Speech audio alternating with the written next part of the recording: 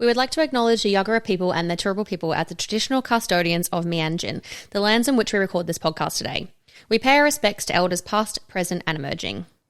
Always was, always will be Aboriginal land.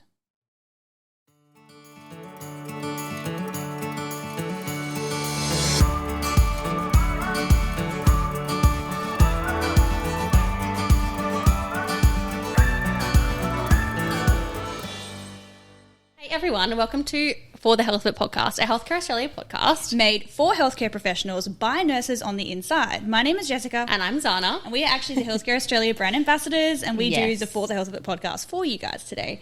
This is a really good episode. Yeah. I'm really excited for this one. So excited. Healthcare Australia, if you don't know already, do a RAN kind of pathway. So if you've ever been interested in being a RAN nurse, which is going into the remote communities, doing one nursing post, if that's something that you kind of aspire and dream to do, Healthcare Australia can actually guide and support you through that journey. Now, it sounds scary, especially if you've only ever worked in a metro setting. Yep. But we're going to go through the process. But we actually have a special guest with us. Yes. And she's going to be going through the whole thing. All the way from Darwin. Yes.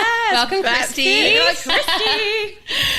Hi, I'm Kristie from Darwin. Tell us a little bit about you. What do you do within Healthcare Australia? Well, I'm a team leader for the Rural and Remote Division. I worked with HCA for 4 years now. I was a rural and remote consultant for the first 2 years when I was with HCA, and then I moved into a team leading role.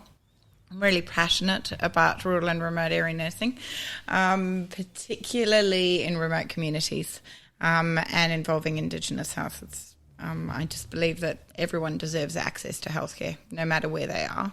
Yeah. And it's very different out there in remote communities. I know a lot of nurses dream about going there. Like you said, if that's on your bucket list, we can certainly take you there. Yeah, Definitely. It just is scary, I find, when you're a nurse. Like, you always envision to do something like that, but then being like, oh, am I going to be qualified enough? Like, will I have the skills behind me? And they don't really know what they need to do in order to get to that position. Yeah. Well, if you start from, say, for instance, you are working in a metropolitan area, ideally the skill set that you're looking for remote area nursing is a solid emergency department grounding. You need to be confident in your resus trolley, like the back of your hand. Need to be able to cannulate, again, like the back of your hand on the first go. Because unfortunately in remote areas there often isn't anyone to support you, or they are off doing other things and attending to patients themselves. So there isn't always a doctor around there to help you with those skills. Being able to triage is really important as well, and decide sometimes it's just over a phone call. And you'll have to decide whether you need to see that person right then, or whether they can come back to the clinic in the morning and take a Panadol. Yeah. So those are the reasons why ED skills are really important. But I think it's often about the unsaid. It's often about the adaptability of someone to be able to go into, even if you're an experienced remote area nurse, you might go into a different community and it might be a completely foreign setting. The language is different. Nobody speaks it. There's not very many interpreters. And the ability to adapt to that, be flexible and to work with the community is quite often what we look for as well.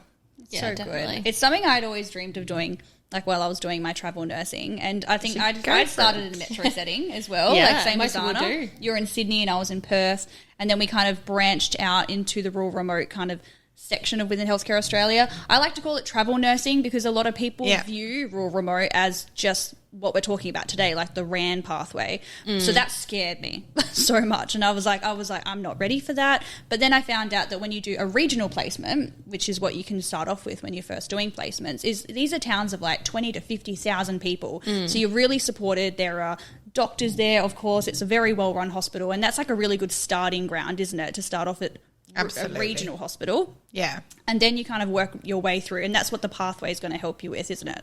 Yeah, you're perfectly put. And there's plenty of places around Australia that we service that are like that. Tasmania's a perfect example, and you've been to Tasmania, Jess, beautiful part of the world. But a couple of larger hospitals there, which are really, Tasmania's largest hospitals in a town of, over 100,000 people. Yeah. Essentially. But it will start to develop your autonomy. It's still going to stretch you a little bit more than you would be in a metropolitan area. So you're going to get you to use your skills a bit more. You don't have a doctor looking over your shoulder at every opportunity, or a NUM or a CNC. Sometimes they're just not on the floor or available. So that does grow your skills in that area. And there's plenty of examples of that all around the country. So if we talk about New South Wales, all the regional areas in New South Wales, there's a fair bit of them. Griffiths Hospital is a perfect example. You've been to Griffiths? Yes, we've both there been you to go. Griffiths. See? All through Victoria, places like Mildura, Swan Hill. Poor Swan Hill, they're underwater at the moment. We feel for them. Up through Queensland, you've got Bundaberg and Hervey Bay, and then you've got Mackay and Cairns, and even places like Mount Isa. Larger hospitals with defined wards, extra support available. The Northern Territory has a couple of those as well, actually in Darwin. And Catherine, Alice Springs, probably recommend doing those before you consider somewhere like Tennant Creek, which is just, whilst it's a fully fledged hospital, it's just a little bit more off the beaten track. Yeah. So that's kind of when you're going more from the regional kind of hospitals going into that kind of rural aspect. Absolutely. Yeah, absolutely. Once you've found your footing in those kinds of regional places, and, you know, there's even WA and SA, there's plenty of places to go in those states too, which are very similar. And you've built up your confidence in that regional setting, then you can look at smaller rural facilities. We often call them MPS facilities, where they are small country hospitals, often sleepy little towns, essentially. Sometimes they'll only have a 2 or 4 bay ED. But they'll also have a small acute ward, and they often act as a residential aged care for the town. So you as a registered nurse after hours might be the sole registered nurse on with the support of ENs and PCAs.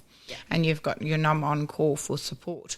There's often a doctor in the town, but it does get you comfortable to acting in the absence of a doctor all the time. So when that emergency comes through the door with maybe a kid with a broken arm or anything else like that after hours, you're developing a little bit more confidence to respond and know what to do off the back of your hand without someone standing beside you. And I think that's sometimes the most important thing, is for you as nurses to feel confident within yourselves and your skills. Definitely. I love this. See, can you already tell like how much knowledge like Kristie has, not only as a consultant but as a team leader? And this is all people that are behind the scenes within Healthcare Australia. These are the ones that are going through your resume. These are the ones that are getting you through the process. And it's all about having those discussions with your consultant about what it is that you want. Whether it's, even if it's a 2 or 5 year plan, like if you feel like you're really junior and this is what you want to do, they can help create those steps to make it a safe, efficient way for you to actually learn those skills. And that's what I've loved learning about this whole RAN pathway as well, just because even if it is something that's like 3 or 4 years away, or whether it's 1 year away, depending on your skill set, you guys can help. You guys are so knowledgeable in actually like getting them to that place. Well, I think this was very organically developed behind the scenes, actually by our national manager, Danny. She is a real wealth of knowledge within HCA, and so passionate about Indigenous health. And I suppose she naturally worked with Indigenous healthcare services, AMSs, Aboriginal Medical Services, in the Northern Territory, almost partnered with them to be able to support them by providing them with suitably skilled nurses, and to be able to support the nurses in getting them to the end of their goal as becoming a RAN. There's a great need in remote area nursing. I know that a number of nurses are really interested in it, but it seems very difficult to get there. So that was how this was organically done. And then we talked a little bit about going to an MPS. You might work through a couple of those, become really confident in that, and then you might want to take on something to do with Indigenous health. You might decide that it's time to go to Tennant Creek. Or up in WA, there's Fitzroy Crossing and Halls Creek, which are actually really interesting smaller facilities. They're nurse-led. Nurse practitioner-led rather than by doctors. They have doctors in the community to support them, but it's more like remote communities are run from just the way that they set up their day and their structure. The nurses actually run the ambulance service out in the community as well up in Fitzroy Crossing. So it's a great opportunity to get out there and to learn how to respond in an emergency with still the support behind you of a hospital setting. And it also gives you, I think, the opportunity to see if you like it. Yeah. Because your idea of what it might be and what it actually is when you get there, you might think this is not for me and I'm really more comfortable in Tasmania. Yeah. And I'm going to go back there. And that's totally fine because you haven't, I suppose, at that stage, you've just seen a little bit more what it might be like. You haven't invested the money in the courses and in your own career professional development. You aren't completely outside of your comfort zone and you're still supported through that. Yeah. And that's just a certain part of the pathway. Sometimes that can take a little while, can take 12 months or longer to work yourself through that process until you feel confident enough to commit to remote area nursing placement. Yeah, it's very different because it's very like you go from being in like a big tertiary hospital to then like primary healthcare focus, and that's like what we started to kind of get into ourselves, and we're like, well, primary healthcare is a whole different ball game when it comes to nursing. It is. You got to figure out, do I like this or do I not like this? Do I like kind of not diagnosing, but do I like kind of going down the path of being like, this is what I think this is like what treatment will be, let's just tell the doctor or take a photo of it. And you've kind of got to go down this different pathway with primary health care and a lot of wounds and a lot of day-to-day, if you know what I mean. You're a little bit of a mix between, primary health care, GP practice out in the middle of a remote community, essentially, but at the same time, got to be confident in your emergency skills. Yes. Sometimes that's hard for nurses too because they, I think, ED, high-paced, high acuity, busy all the time. Not all remote communities are like that. Some of them are very quiet and peaceful. Yeah. And you can go a week without seeing an emergency. And some nurses are, what am I going to do? They know what to do with their time. Exactly. But what you are going to do is do your child health checks. You're going to, like you said, a lot of wound care, a lot of chronic disease management.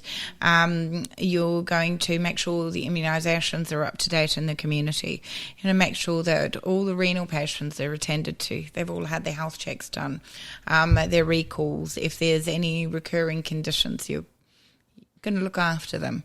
It's a lot of looking after and working with the community, which is a completely different pace. Yeah, definitely. So let's talk about the courses like we were talking about before. There's obviously specific courses that the remote areas need or want from you to be able to work in those spaces. Can you talk through those a little bit? Well, that's the end goal, is to build up all your full round professional development. And there's a little bit of a difference between government remote area nursing and the non-government organisational space. Non-government organisations, and that's an example of who we partner with along the RAN pathway, essentially, they are looking for a good skill set, the ability to respond in an emergency, a great sense of cultural awareness and adaptability in the nurse, and then they're also looking for a minimum of an immunisation certificate. We always recommend keeping your ALS up to date, just in case for those times that you do have to respond in a resus, but you can start with just that. You can start with just that, try out a placement in a non-government organisation and see if you like it. If you do, great news story, then being a remote area nurse might be for you. Then you can book into those RAN professional development courses. So your remote emergency care, maternity emergency care, which are both face-to-face courses, really intense, absolutely wonderful to do. They book out really quickly, as most of you know. And they're not cheap either. Yeah. So they're 2-day courses. You often have to book 6 months to a year in advance. They book out so quickly. So it's a huge investment of time, effort, money. A good idea to go and see if you actually like it before you commit to doing that. And then also your pharmacotherapeutics. That can be done online, but it's very intense. So if you want to be a remote area nurse and that's your end goal, my advice would be to work towards those courses and to keep them up to date. But ideal to have started the pathway so that you make sure they don't run out by the time you get to the government space. For the government, they are mandatory in the Northern Territory. So they look at everyone having those courses. Yeah. And the best part about when you're starting to do contracts with Healthcare Australia is once you've done a 6-week placement, you're actually entitled to $500 towards education. And if you do a 12-week placement, you get $1,000. So $1,000, I mean, you can do every ALS. year. Yeah, every year. So it's like from January to January. Yeah. It always restarts at the beginning of the year. That can go towards advanced life support, which is usually about $500 a pop to do. You get that reimbursed. I know that these Rec and Mech courses you were talking about are around $800 each. $865 at the moment, I think they are. Yeah, quite expensive. Pharmacotherapeutics is like $600 and something. So it just depends. I mean, the immunisation course is only about $220 or $250, I think. So you could easily do your ALS and your immunisation course in that year just to kind of, get those basic ones done. And you've already got that all covered. Like for free, you've been reimbursed for those educational courses, which I think is amazing. Look, it's for the benefit of HCA and the nurse at the same time. We want well-credentialed nurses. We want to develop our workforce, to have the best workforce available. So offering an education reimbursement for those nurses who want to come and work for Healthcare Australia makes sense. Yeah. It's a two-way investment essentially. Yeah. And it helps us. I agree, it helps definitely. the health service at the end of the day, which is why we're here. Yeah. And depending when you're listening to this podcast, we have some really exciting things happening in 2023 that are coming out with Healthcare Australia. Yeah. We have brand new scrubs, Yes. top and bottom, like jogger bottom. They are sexy, honestly. They're really nice scrubs. I'm so excited for the launch of those, and they're a beautiful purple colour. So you'll be able to get your hands on those. So perfect time to join Healthcare Australia. We also have not only the education bonus that's rolling out for rural, remote and metro, but we are going to be having a gala dinner in each state to support our staff as well. So keep tuned with your emails to hear the T's and C's with that. But we've got so many exciting things. This is the time to join. Things. Whether you want to be a RAN or whether you do travel nursing or even just metro or even move over permanently to Australia, this is the time. Yeah. So what would be your advice, I guess, to people who are listening to this that are wanting to take that first step? Maybe they haven't even joined HCA yet and they work in a metro hospital. What would be the first step? Have a conversation. Start the conversation with your consultant, and you might even be working in a metro area. Like you said, you might not even be a part of the rural and remote division. Set up a time to have a chat with your consultant. Your consultant might be at a different stage in their career, and know a little bit more about remote area nursing or a little bit less. But I suppose it's start having that conversation and letting them know what you want. Once they understand what your motivation is and your end career goal, nothing better as a consultant than helping someone's dream come true, I think, personally. Yeah. So if they can be a part of that, then we'd love it's all to about the conversation. You can say, I want to do a contract for the money, or you can say, I want to do a contract for the professional growth. I want to do the contract to travel. You say what it is you want. If you want all three, we can tick all three. You just, you just got to have those conversations with your consultant, be open and honest, and be like, this is what I want. And we can make that happen. Yeah, I think Not it's the consultant. It's so special being able to go into these communities. You're a big part of it. I will say that. You're a big part of it. And the insight into what you do as nurses, I think we learn a lot from our workforce at the same time. I certainly did. Worked with some wonderful nurses over the year who I'm really privileged to know, who taught me a lot along the way. You know what I mean? I think when I first started at Healthcare Australia, I was like, what is cannulation? What do you do? But you just it goes both ways. Yeah. It's a two-way street. It's a mutually beneficial professional relationship, and that's the way that we like to think about it. Yeah. It's not one working for the other, essentially. It's working together. Love that. So awesome. Makes me really want to do it. We spent the last 2 days with Kristie in Brisbane talking about RAN nursing and being a RAN, and oh my gosh, it's got me and Jess so inspired to do this path. I've already locked in a contract for next year. There's nothing cooler than like red dirt and driving an ambulance. Like honestly, I wanted to be a paramedic, and that's the best next bit. I get to drive an ambulance and I don't even get to be a paramedic. So, ticking goals. There you go. That is an important point to note though. Be prepared to jump in the troop carrier. Yeah. Learn how to drive a manual. Yeah, you got to get a manual license, guys.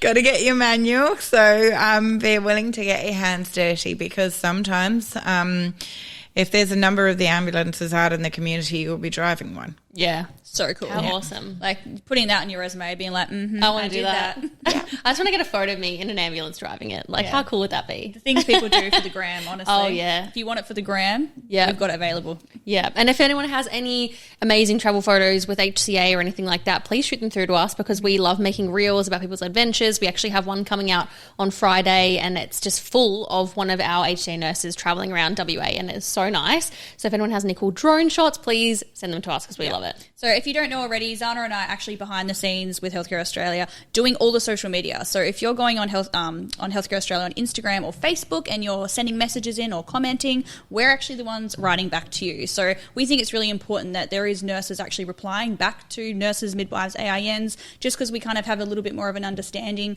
and we're really loving it and we're loving the interaction and we're excited to go out there into the hospitals and actually interact with everyone as well. So if you see us, say hi. Make sure to say hi. But anyway, thank you so much, Kristie. This has been my pleasure. An amazing episode. Yes. It's pretty fun for me. Yeah. I really appreciate the time. Thank you. Thank you, everyone. Bye, guys. Bye.